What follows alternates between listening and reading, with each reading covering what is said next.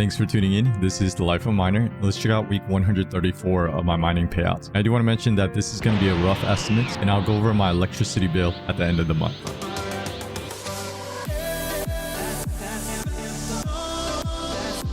I'm going to go ahead and continue my payout videos. Now, for this week, it is going to be a rough estimate just because I haven't been keeping track recently. But of course, going forward, it's going to be more accurate. I did jot everything down. So as of today, it is August 10th of 2022, and the price of Ethereum's at $1,684.44. Now, I am also mining Monero and Chia, but since I didn't take those payouts, I'll go ahead and talk about those next week. Now, as of right now, our difficulty is around 11,886.088 terahashes. And checking out the block rewards, we are averaging around 2.1 ETH per block. So as of right now, I am mining on two pools. I am mining on Ethermine and High Pool. On Ethermine, I'm around 2.4 gigahashes, and on the High Pool, I'm around 425 megahashes. And I am also mining Monero, and I'm around 14 kilohashes. And I'm also Chia farming, and I'm at 72.98 petabytes. So pulling up my Excel and checking out what I mined. And like I mentioned, as of right now, this is a rough estimate of how much I mined Ethereum. And I didn't jot down how much I mined for Monero or Chia because it's going to be rough estimates anyway. But next week, it will be more accurate because I did jot down how much I mined in the pool. But for this week, as a rough estimate, I did mine around 0.21 ETH on Ethermine and 0.06 Ethereum on High Pool. So in total, I did make around $472.83 for this week. And last but not least, if you did want to check out my GPU count, I do have a total of 78 GPUs. Now, majority of my GPUs are the 1070s, and my GPUs are mining Ethereum. My CPUs are mining Monero, and I do have hard drives farming Chia.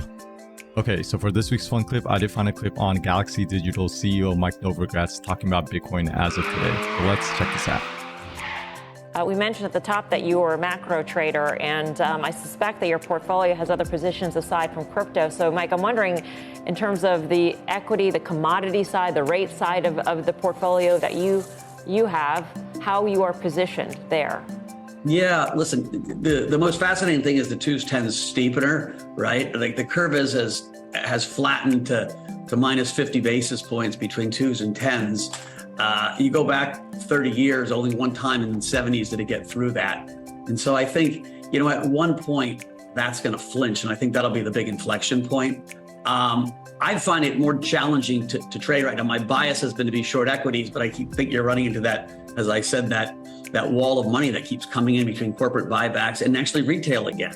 They're as long as the paychecks keep flowing and we have, nominal GDP growth as high as it is, it's hard to knock the equity market down.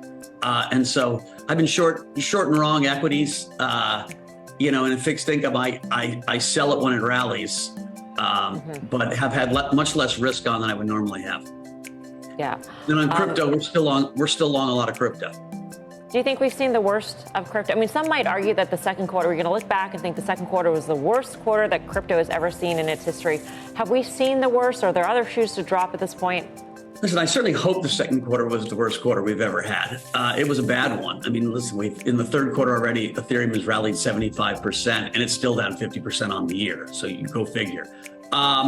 We had a forced deleveraging that happened because of a lot of imprudent credit policies at lots of places that I think exacerbated how bad the move would be. And that worst is over. There is no more forced deleveraging that's going to happen. And so now the market hits a new equilibrium and it waits for new narratives. And we have one in Ethereum with the big merge coming up where Ethereum moves from proof of work to proof of stake. That's a big, big deal. And that's why you're seeing Ethereum outperform. And the Bitcoin narrative is one of just adoption. When BlackRock announced they're going to put, crypto on Aladdin, that's like a monumental announcement. It didn't get nearly enough press, right? Because that's connecting in almost every giant institutional pool of money to the ability to buy crypto. And so I do think there's a steady march of adoption. It is slower than it had been, but it's not going away. And so I think Bitcoin remains a really good macro asset for an environment where, the macro is pretty uncertain. Hey, Mike, what do you make, though, of what seems to me, and I don't know if we lay the charts over each other, but a almost direct correlation between meme stocks, and you've seen the meme stocks go crazy again, with crypto and Bitcoin? I think One of the things that has surprised me and has been interesting is just the monster resilience of retail. And I think what people missed on that was this idea of nominal GDP, right? Retail, they get knocked down, but they get up again, and you're not going to keep them down.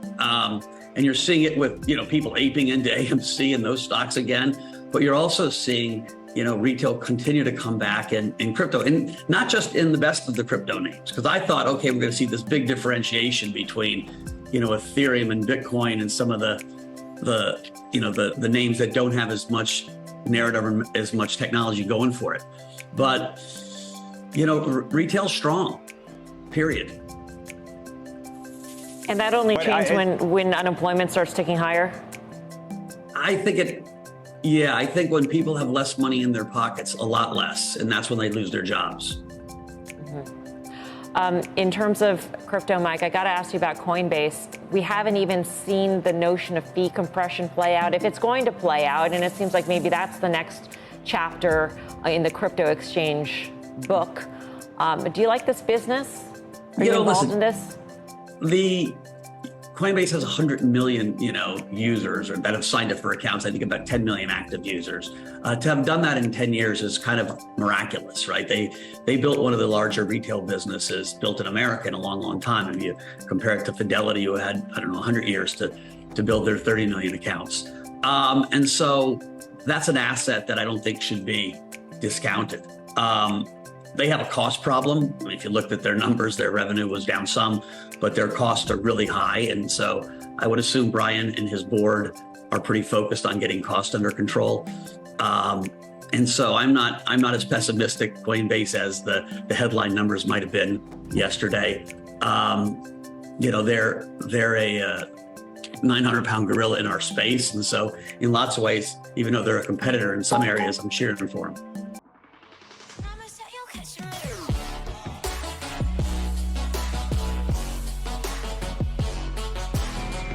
Alright, so thanks for checking out this week's mining payout. Stay tuned for next week's as well. And starting next week, my figures will definitely be more accurate. And if you have any questions you want to ask me live, I do stream live on Twitch at twitch.tv/thelifeofminer every Sunday around midnight US Eastern Time. And if you have any questions, definitely join the Discord. I or someone knowledgeable will definitely help you out. Okay, so hope you enjoyed this video. Thumbs if you enjoyed it, sub if you're excited to see what's next. But of course, thanks for watching and always, happy mining.